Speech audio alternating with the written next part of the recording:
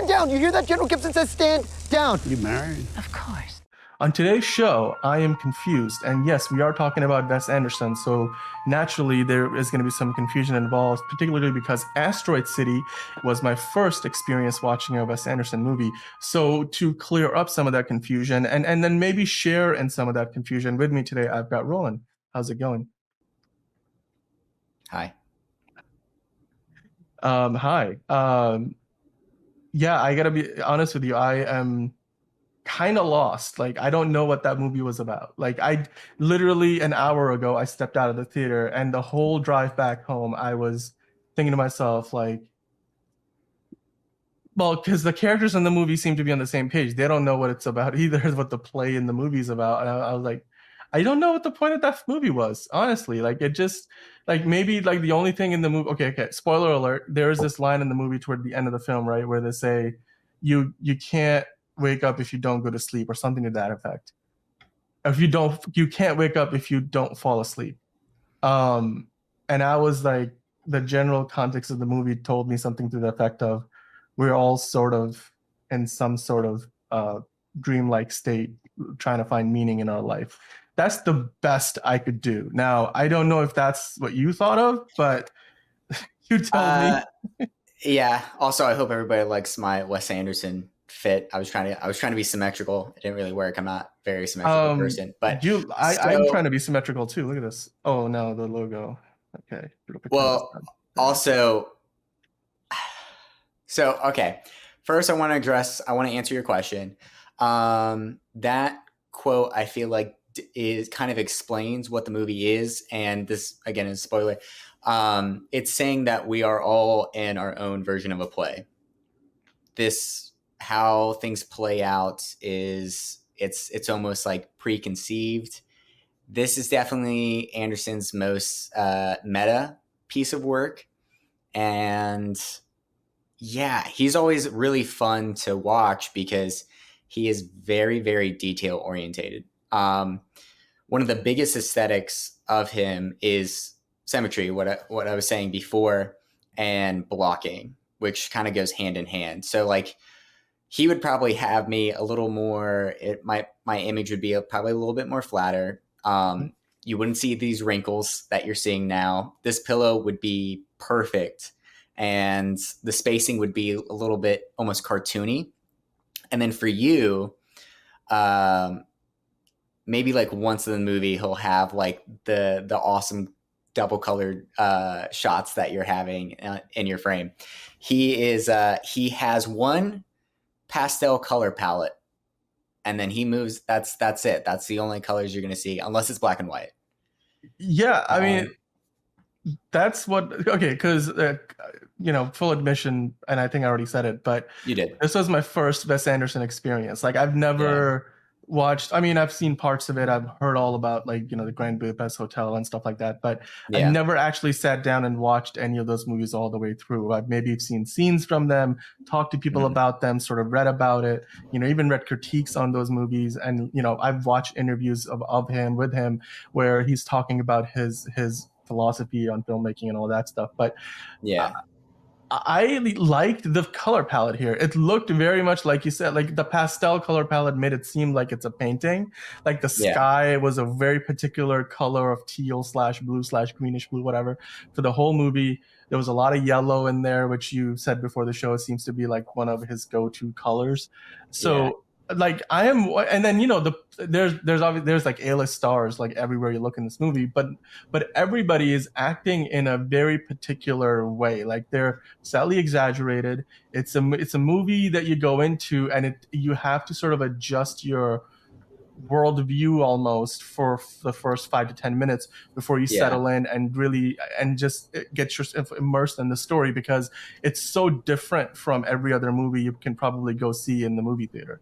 Yeah, Wes Anderson is the most altruistic artist that is out there, just because the little like you're saying, like the mannerisms of the characters, they're all talk with this like almost kind of like elite awkwardness. They're all very intelligent characters. Now that I think about it, I don't see a lot of dumb characters. and Wes Anderson movies. They all have their own merit in some way or form. Yep. There is very specific, every element fits somewhere. Like there is no part of this movie that goes to waste. Like no part of the frame goes to waste. And every character, like you said, was engaged in some way and there was actually like, what was his name? Matt Dillon. Like Matt Dillon's character. I was like, wait, is that Matt Dillon? And like, it took me 5 minutes to kind of settle into his character, but, or even like Tom Hanks. Like I thought like he was gonna have a cameo role, but then he just sort of is coming in and out of the movie throughout. Yeah. So Tom Hanks, Andrew probably would have liked this. I thought his acting was a little off in this one. Like he just, I don't know, it seemed like kind of like he sticked out from like the rest. I think because he was a little more theatric, but I think that is on purpose since technically this is a play still. And speaking of cameos, while we're kind of still on it, one of Wes Anderson's biggest collaborator is Bill Murray, who is not in this movie at all. Do you think that's because of like because in the years that this movie was being made, Bill Murray has sort of had some controversy surrounding him? I think so. That was kind of my theory, just because they worked on everything ever since Rushmore came out, which was released in '98. Every project Bill Murray's been a part of. Like Wes Anderson always writes like some sort of like cameo role for him. Yeah, I mean, like in every other movie that I've heard Wes Anderson has done or seen parts of and stuff like that, I know Bill Murray is like somewhere in those movies. Yeah. So yeah, definitely there's something different. In fact, I mean, and then Tom Hanks is on the opposite end of the spectrum. This is his first Wes Anderson experience, much like my own, except he's in the movie, of course. He is one of those directors that like he kind of has like an ensemble and he repeatedly works with them. And he still has that. He has like Jason Schwartzman, of course. But I think since like the French Dispatch, he's really been focused on having a lot of like big name talents in his ensemble and just kind of like adding and experimenting, which you again see in this one. I mean, Steve Carell, never been in a Wes Anderson movie. He was probably like, I'll be honest with you, Steve Carell's character, Steve Carell and Bryan Cranston. Those were my two favorite characters in the movie. Especially like the one scene where like Bryan Cranston's character, what's his name? The host. He just kind of is like, oh, am I not in this scene? Like that literally is the scene where, but the other actor's name, I found a Hope Davis character who I was like, oh, she has no speaking role in this. And then she has this very cool conversation with Scarlett Johansson's character. Again, she's one of the moms. She does have. No, I know. Well, no, what I mean is like, no, I don't mean like she didn't have a significant role. She just felt like she was in there and there wasn't. I mean, yeah, it's an ensemble cast and a lot of characters are like, they only have bit parts to play, but there was a couple of characters in this movie where I was like, so they're just, cause like some of the kids in the group and it just like the movie is so sprawling. And I was like trying to have like, I'm trying to in my head, make it feel like it's telling, like, what's the through line here? Like who's the main character in the movie? Like you can't focus on that. There, you can't do that. Like this is definitely again his most meta project, but Wes Anderson loves to break the norms. That's why like at first like this isn't the normal world. This isn't our world. This is there's a fly that's attacking me. I guess I'm spitting the truth and somebody's trying to stop me.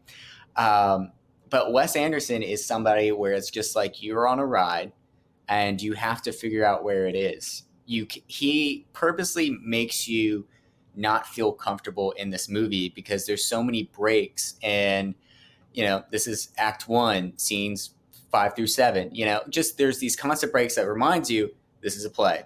Right. Right when you're like super comfortable, there's so many like scenes together.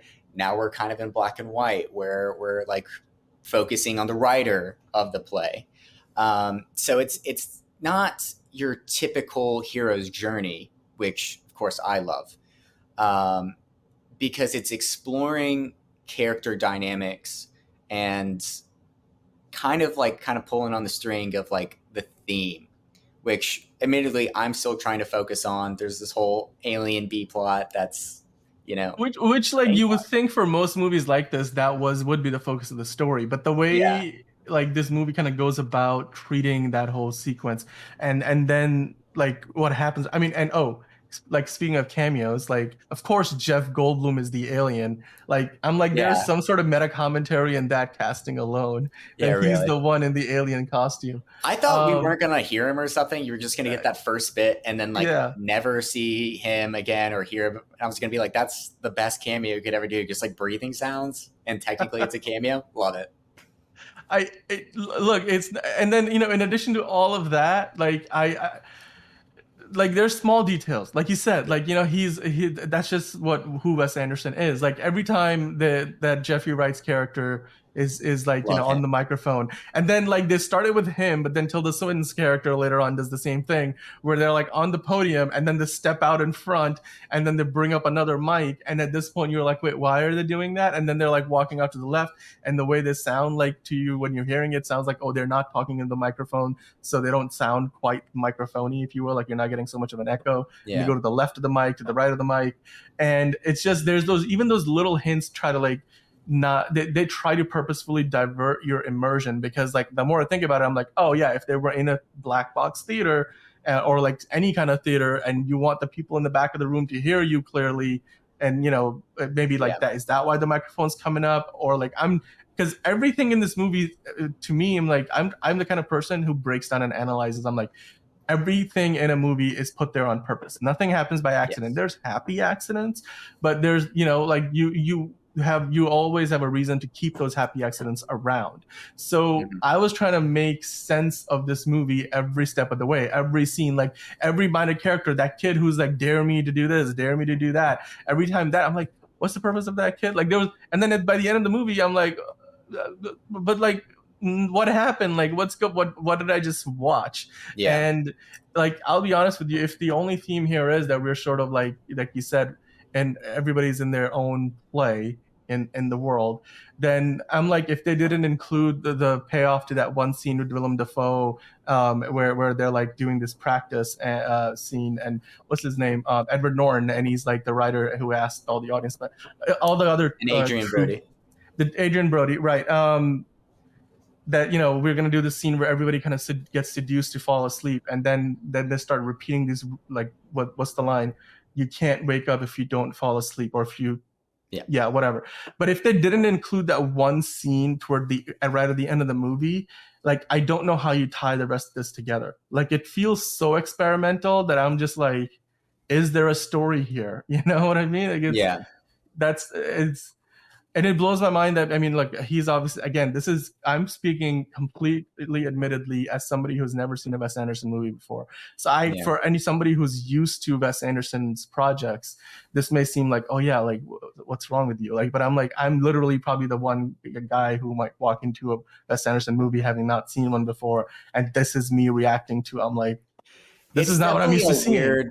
It's a weird one to start with. I will give it that. Like, I love Wes Anderson, but because there's so many details, I was exhausted after watching it, because it's like, what, 100 minutes? And I thought it was well over like 2 hours. I didn't know when the movie was going to end.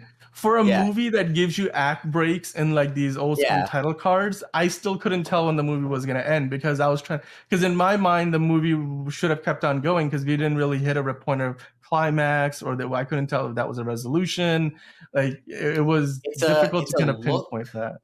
It's a slice of life is really what it is. You're looking at a portion of these characters' lives, and to a point where you have some understanding of what's going to happen next. It's not your typical Hollywood adventure or journey, for sure, but it's just kind of like, I don't know. I think it's more of like a fun time for actors, almost. Does that make sense? Yeah. Like, because it's very dialogue based. It is. That's the other thing I noticed. I was like, this movie relies, I mean, obviously the setting and the production design is fantastic. The cinematography is great.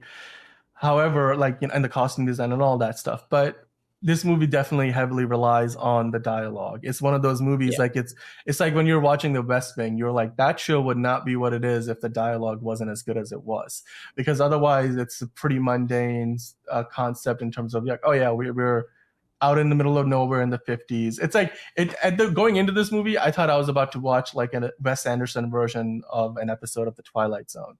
And walking out of it, I was like, that's not what this was. But I think that was obviously me probably having the wrong expectation to begin with. But yeah, like you said, also, I was tired of following all the details, because one thing that happens to you as a viewer when you're trying to find meaning in something where there maybe isn't any is that you start to pay attention to all the details that you otherwise wouldn't be, like, because your brain can't condense all that information down to make sense of it in your head. Like, you can't find that through line, so you keep paying attention to everything, because everything has meaning. If specific things don't have meaning, everything has meaning. And so by the end of it, like, on the drive back, my head was hurting because I was still trying to make sense of the whole thing. Yeah, you know? this is definitely something that film peeps will be like talking about for like the next year, just because there's so much to break down and try to understand. Like, I know with the French Dispatch, which there's a little nod to it if you look at the Glenbrooks. What's their name? What's the family's name? But their family car has like the French press on it, which is I think is a callback. It has to be a callback, which you don't see a lot in Wes Anderson movies. But I watched the French Dispatch, I think like 2 months ago, and I was like, let me get into this. And it's a similar kind of thing. It's very much like a play, but it's broken up into 3 acts again. But instead of just like this one kind of connecting story, it's one story here, one story here, one story here, and there's like in between, it's kind of following the same route, if that makes sense. But it breaks down like certain aspects of France. You know, it talks about the art, revolution, food. And what I think we're going to see very soon is video essays of this, how important the location is and that time period, and how it reflects not only past America, but modern America in a certain way. I don't know how, but I just know it's going to... No, I agree with you, because I thought that some of the movie's commentary was on the fact that the way it sort of showed the 1950s America, I'm like, we wouldn't think of 1950s America as like communist kind of a, because it's the exact opposite of historically. But when I was watching the way they were showing like this, for the greater good of America, and like we're doing this and that, and it was just like, it felt like a very socialist kind of a communist, like not saying that's how he was showing it, but it just seemed like the perspective of like, we had this like very hard and like very straightforward rules, and they get recruited. Like, even like what Oppenheimer's gonna come out later this year, in the trailer alone, they're saying, okay, so the America is gonna make the bomb before the Nazis do. So what are we gonna do? We're gonna fly out all these the best scientists in the country to this one town that is specifically set up for the Manhattan Project, and their families are gonna come here. We're gonna live here, and it's gonna be this one thing. And then for Uncle Sam or whatever, like, we're doing this for the good of the country. I'm like, that's something where I think like today, I don't think like America today kind of compares as well to that, in terms of I feel like that might be because like there's a lot, like we are much more of a diversified society today, and that's represented in our media and every aspect of culture much more so than it used to be. Where like, whereas back then, that was the mainstream through line, but at the same time, like, all the minority narratives were suppressed, so like it wasn't like as visible, so you had like a more of a straightforward. So I did perceive some of that commentary, and that might be just my perspective, but can you elaborate more about like specific examples in the film where you felt it was more of a socialist? Like, specifically, like the parts with the like where they're doing the award show with like the ribbon and then the awards, and then these are like what they call it, abnormally smart or intelligent or something, like, those kids who are like super gifted, and they get, brushed in. There's a special program by the government, or like when they get quarantined. It was the undertones. It wasn't like, overtly there. That's how I perceived it. But that's just, again, like, it's. So are you saying that it was? I'm not trying to Yeah. diss you or anything. I'm just trying to break it down, because I mean, this could be a very interesting topic. So you're saying that it was socialist because like each of them got like a ribbon for a certain No. thing, or It was more of a, like, for the greater good of society. Like, was like, we are all here, and we're all, like, for example, one scene where Jeffrey Wright's like reading off the contract. Oh, by the way, all these inventions are the property of the United States of, or like something, and like, I yeah. forget the exact lines and all that stuff. And Oh, I'm I didn't like, even notice that. That's funny. did you know? Because it was like this. No. It was this quick montage sequence, like right after I think it was after the alien popped in, and then they were just like, because he was talking to the parents and stuff, and it was like, oh yeah, read the fine print, and then the camera sort of panning across Jeffrey Wright's face. So I noticed that there were these undertones, and again, it wasn't like overtly there, and it's and even might be just something that I'm perceiving that nobody else is going to perceive. But I really thought that it was like meta commentary on just like how like black and white everything used to be, like in the US and the world in general, like back then. Nowadays, like, I mean, maybe it's a commentary on how well defined the color palette of Wes Anderson movies are, like visually, as somebody watching a Wes Anderson film for the first time. It's hard to define many parts of this movie, any frame you take out of the movie, where I'm seeing two or three colors very seamlessly blending together. It was like very much like a painting. You were seeing like these very well-defined colors. And, like, I think again, I'm probably like, this is at this point me going into it at the level of, Romeo and Juliet in English class in 11th grade. How do we talk about it? Like, trying to find meaning where there maybe isn't any. But that's definitely where I like, how I perceive some of the militaristic parts of the movie, like where how this. Oh, and then the one family that kept being brought up, who had sponsored this whole thing, and then the scholarship and everything. But I'll be honest though, like, going into this movie, the biggest thing to me was like, oh look, this is like an Area 51 Wes Anderson film or something to that effect. And so, like, I'm a big sci-fi nut, so I just love the idea of this being a movie that I'm like, if there's any Wes Anderson movie I should check out, it's probably the one that closely lands in the genre that I prefer to have my entertainment in. But ultimately, walking away from it, it really wasn't a sci-fi movie. I mean, maybe it was, because there's technically an alien in there. I actually first thought that Alien was like claymation. By definition, it is a sci-fi film. Yeah. Yeah, like, I thought the alien when he first came, I'm like, is that like stop motion, and is that thing clay? Yes. Like, what's going on here? Yeah, and then that's another trope, is that he often uses stop motion. Yeah.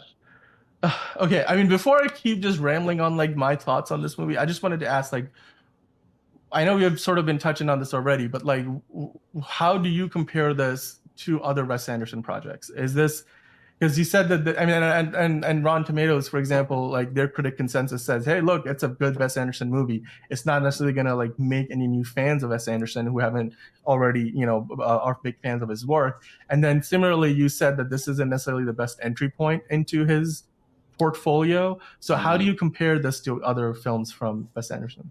Yeah, absolutely. It's not a good entry point if you're starting with Asteroid City, because it has all of his aesthetics, his little mannerisms, and like these patterns, but he's in a very like the 2020s he's using as a very experimentation stage.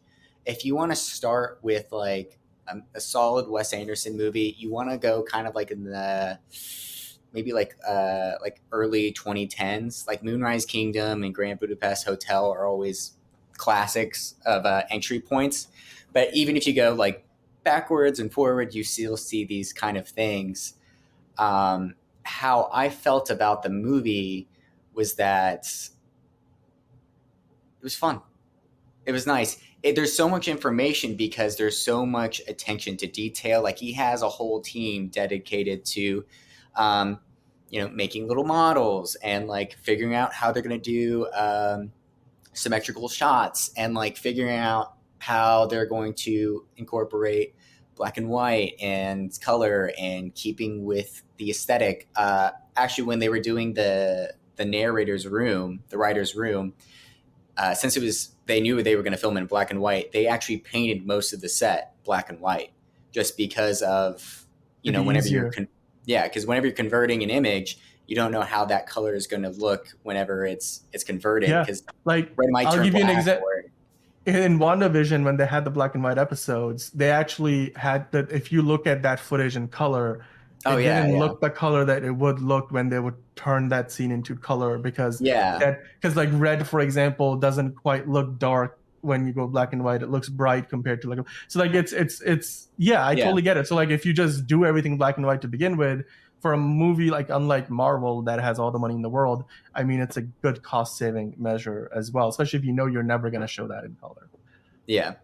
And when you're watching a Wes Anderson movie, you have to realize that it's kind of pretentious. I definitely got those vibes. It's just that's how it is. He's very eccentric. We were talking a little bit before. Eccentric is the perfect word, because he is the quirkiest little dude in the world.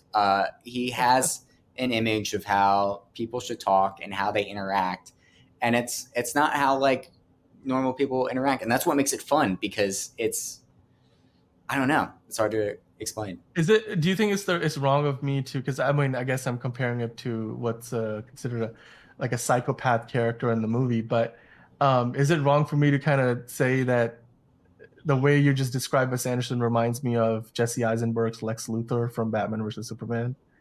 Like, no, like just almost because... like a control freak, but like although like that Lex Luthor had a very controlling and evil psychotic side to him. I'm not saying that's what Wes Anderson is.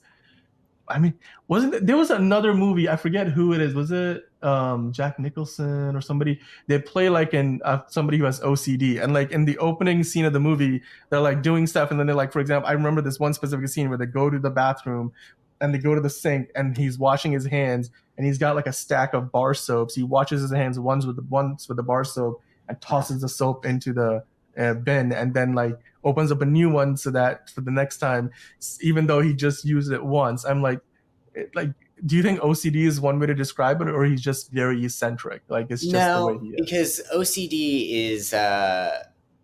it's a disorder where I'm not going to get into it, but he was supposed to be he wanted to be an architect. So he's very big about lines and precision and making things match.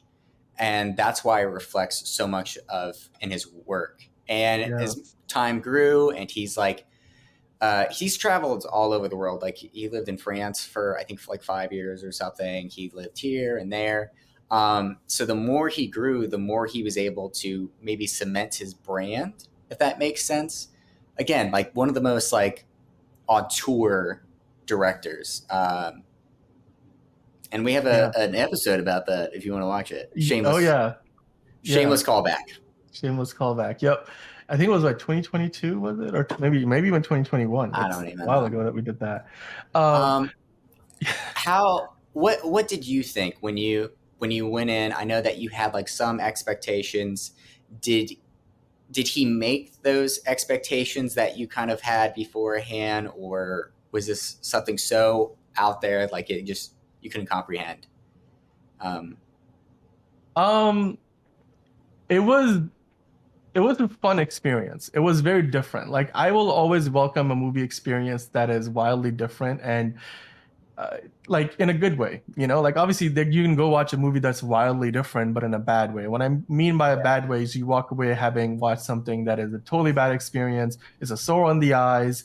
The story didn't make any sense. It left you unsatisfied. Now, one thing I will say, this movie did kind of leave me a little unsatisfied in terms of like, there wasn't really your traditional hero's journey, like you said. There, even though it had acts, but it didn't seem like the movie had a really clean. It had a good beginning and even maybe a good middle, but the ending wasn't necessarily like, I was like, okay, day in the life of like this happened, and then I guess the alien's here now, and I guess these people are allowed to live back in the world, like they're not being quarantined forever, and blah blah blah blah blah. But again, that's just me like maybe trying to apply too much meaning into something where you're not supposed to. Like maybe I'm looking for meaning in the wrong places, but maybe. Yeah, Because like there might that, not even be a point. That might be right. just kind of another play on like your life's a play. It doesn't need to have an ending, you Right, know? So exactly. That's why I'm like, some I've been to a few plays where I just like when I'm like, okay, yeah, that was cool, cool. Not sure if I'm gonna really be taking any life lessons away from this one, like, or like yeah, if I'm gonna be thinking about it in a few months' time, other than the fact that the visuals are gonna stick in my brain because the visuals were probably, in my uh, opinion, the best part of the film. Like, I really enjoyed what I was watching, and I was sitting in a tiny theater with like few dozen seats, so it was like the farthest theater in the back of the multiplex. And I have these AMC, like the seats are nice, you recline and all that. And I got myself some food, but um like I'm looking at it like I literally, this was me just, and I couldn't not watch it this way because otherwise I would be staring at the bottom of the screen.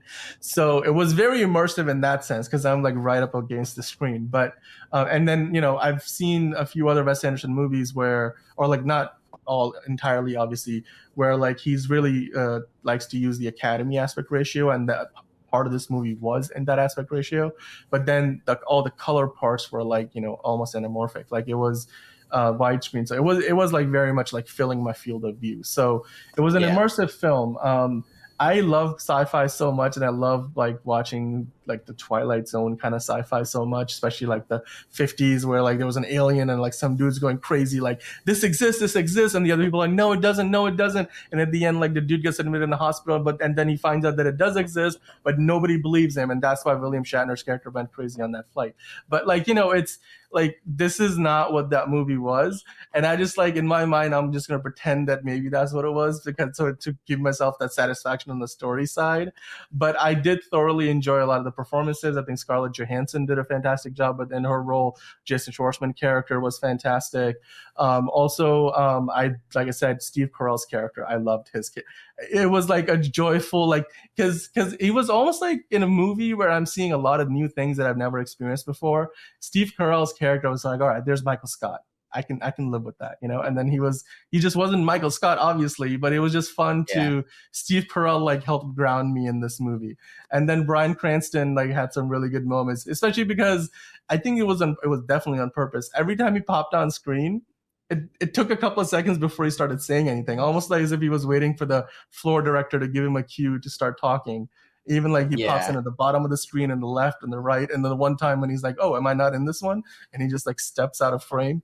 So I yeah. really enjoyed those two characters. It was fun. I really liked the experience. Yeah, there's something very like catch 22 of this movie. I just kind of realized if nobody's seen the Alan Arkin movie or the miniseries on Hulu, definitely check it out because it's got that similar vibe of just kind of like this insanity and logic. You know what I mean? Like that's the best way to put it. Like you're making logical sense, but this doesn't make any sense to me. Right. You know It's what I almost mean? like a lucid dream. Like you watch this Yes. movie and you're like, it's like a lucid dream where to the one who's dreaming this dream, which let's say for the sake of argument is Wes Anderson, because it's his movie, it makes perfect sense in the moment. But when you wake up, you're like, I don't know what the hell I just dreamed about, because like I stepped into this new room and then it was a totally different world. And I was talking about this one moment and then next moment something else was happening. So I think you just cracked it, Dan. I think we're about to wake up. We just started realizing we were dreaming. I think that's yeah. full circle. Yeah, full circle. All right. Well, I'll be honest with you. I don't know if I'm gonna go see this again in the movie theater, but I'll probably check it out a second time if it comes. Well, when it comes to like home theaters, or like on No, I digital, don't have time because to ever watch a movie twice in theaters. I wish I did, but I no. I'd watch it's it rare again. I'd watch actually. it again in a few Yeah. years. I think it's Yeah. been like 5 years since I've seen a movie twice in theaters. But yeah, I would watch it again because maybe there's more meaning I'll get, or maybe I'll notice something I didn't notice the first time. Yeah. But anyway, so hopefully, you guys watching, if you enjoyed the movie, let us know in the comments below. If you didn't like it, let us know. If you have any idea what this movie is about, just tell us. And of course, go check it out. It might end up being his highest grossing box office weekend for Wes Anderson in his career.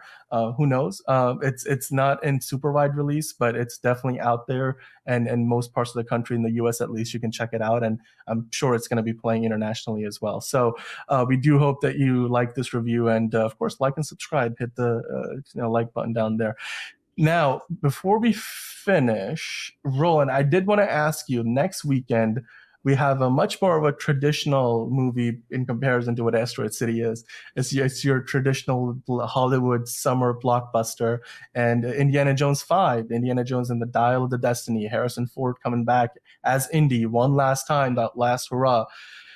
It's a movie that debuted at Cannes this year, and basically they were thinking it was going to get the Top Gun Maverick reception. And while they got a standing ovation for Harrison Ford for his life and career, they really didn't get that for the movie. And for a movie, James Mangold, like he's done movies like Logan and stuff, and he's going to be doing the Swamp Thing movie for the new DCU I didn't know franchise. Oh yeah, he announced that during the whole press tour. Nice. So there's a lot of talent here. Phoebe Waller-Bridge. There's a lot going on in this movie. It's Lucasfilm. It might be Kathleen Kennedy's last hurrah before she supposedly steps down as the chair of Lucasfilm or the president of Lucasfilm. So I want to ask you, what are your expectations? I mean, this is our first indie movie in over a decade. We may not get another one ever, or maybe when we do, it won't be Harrison Ford.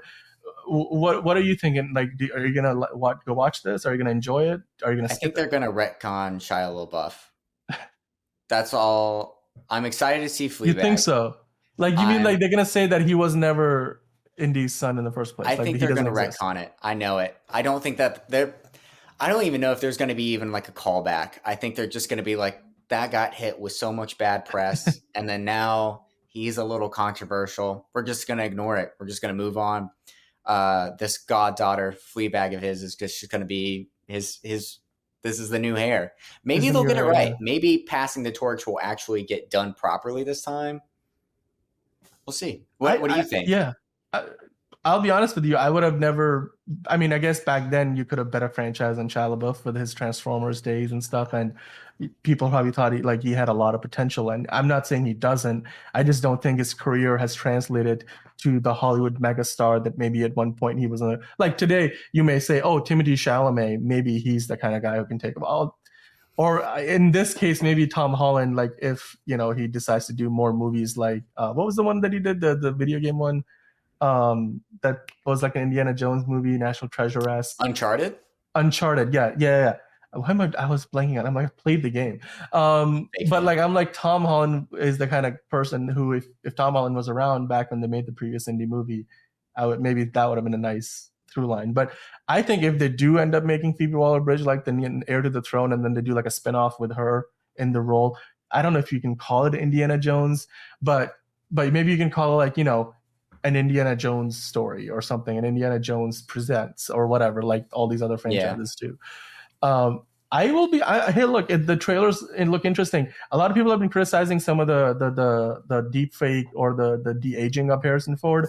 I'll be honest with you. So cool. What? Like almost every shot, right? Like, I mean, there's a couple of tiny areas. I mean, again, it's a trailer, so there's only so much where I'm like, that looks a little fishy. But for the most part, that's some of the best deep fake de-aging I have ever seen. Because I'm like, I can go pull up an old Harrison Ford movie and I won't be able to tell the difference that this is not young Harrison Ford in this new movie. That'll be cool to see. That'll be cool to see. I'll admit. But the thing about those deep fakes or like those de-aging things is, it's like it looks great until they start talking, or it looks great until they start doing stuff and moving around. And we don't get a ton of that, like in this trailer, like the trailers that we've seen so far. A lot of times it's just like the shots pushing in slowly, and he's just like making some like a generic Harrison Ford expression, looking into the distance or at somebody off camera. But I hope that the movie itself plays out well. I know that even the original Indiana Jones movies weren't necessarily like these high class, the script is giving you the new meaning of life kind of movies. They almost like, if you watch some of the behind the scenes of how Spielberg kind of put it together, some of those movies were really just like, let's put a story around a few big action set pieces that we have done. Like literally the second Indiana Jones movie was half of basically most of the movie was set pieces that they couldn't do in the first one. And then they were like, oh, we'll find the story to kind of fit and make it all work, and then rejig a few things here and there. So it wasn't like these movies have ever, as a franchise, has ever meant to give you, something like The Dark Knight, like Christopher Nolan, whatever. But at the same time, I found out this today that the DP for the first Indiana Jones movie was like a DP in like black and white. like in films and stuff. Yeah. And if you look online, there's a cut where like Indiana Jones is like cut into like black and white, and it translates so well because the DP was used to like dealing with those contours. I don't want to talk about that too. I actually don't want to talk about that. That's actually really drop cool. That bomb, move on. Because a lot of people don't realize that director of photography's job is not just to make things look pretty. It's to help light every shot. Yeah. Like he's not the one, all depending on the size of the production, moving the lights around. Not always, or most of the time. But like their job is to really light the subject. And a director of photography's probably one of their biggest jobs is lighting, like in terms of figuring out how everything is going to be lit. So if you're lighting for black and white, I mean, I think that's kind of like my analogy with black and white cinematography versus color cinematography is always, are you driving manual or are you driving automatic? And it's like, if you know how to drive manual, which is black and white, then automatic becomes a whole lot easier because you have the fundamentals down, and you're going to be, generally speaking, a better driver. So I don't know how well that analogy translates for everybody, but in my mind, that's how I make sense of it. I'm excited because I have not seen an indie movie in quite some time, and I'll probably try to watch at least one or two before I go into this. Oh, yeah. Like recently, I watched John Wick, like all three of them before watching John Wick 4. I was on a Fast and Furious binge, literally. Like I know there's like 10 of them or 9 10, yeah, if you count Hobbs and Shaw before Fast 10. And I think I rewatched almost every single one, because like they have them on playing on cable, and then you have them on streaming, and you're just like, once you get going on the binge, you're like, okay, let's keep going. And then watching Fast X, I'm like, I think it enhances your experience if you watch the previous entries in the franchise, even if they don't directly connect to each other. But I want to see Harrison Ford go out on top here as Indy, because this is one of those defining characters of a generation. So I hope that there's a good send-off there. And then James Mangold, I mean, Logan is one of the best superhero movies ever made, like right up there with The Dark Knight. I no matter how this turns out, I really hope that he does a good job at Swamp Thing, because that's another difficult project to take on for any filmmaker. And yeah, good for James Gunn pulling him in. Anyway, I guess we'll be talking about it next week. I don't know, Roland, are you going to be joining us next weekend? I wasn't going to say it on air, but no.